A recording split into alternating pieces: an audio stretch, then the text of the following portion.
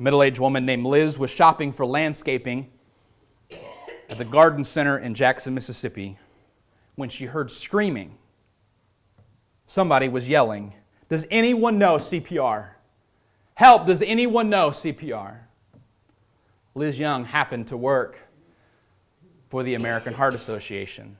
She didn't just know CPR, she trained people how to conduct CPR. She ran around the corner and found a woman named Debbie Lundstrom, who had collapsed, saying, "Everything is flickering," and just fell down.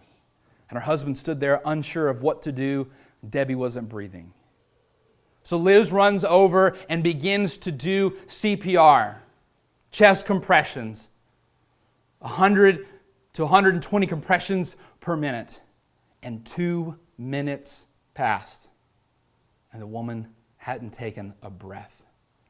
She still continued to do those chest compressions. And those 2 minutes must have felt like forever. And I'm sure that the crowd that was standing there in the garden center watching this woman for 2 minutes not take a breath, I'm sure they started to think, she's gone. She's a goner. But after 2 minutes of CPR, Debbie gasped and gurgled and then took a breath and sat up. A heart that had stopped beating, a life that had no blood flowing through it, was resuscitated. David had fallen into sin, walked away from God, but through contrition and confession and change, God had revived his heart.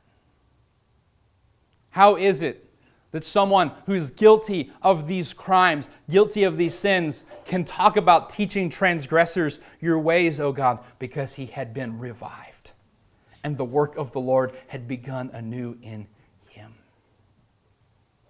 And it doesn't matter how dead or lifeless your heart may seem.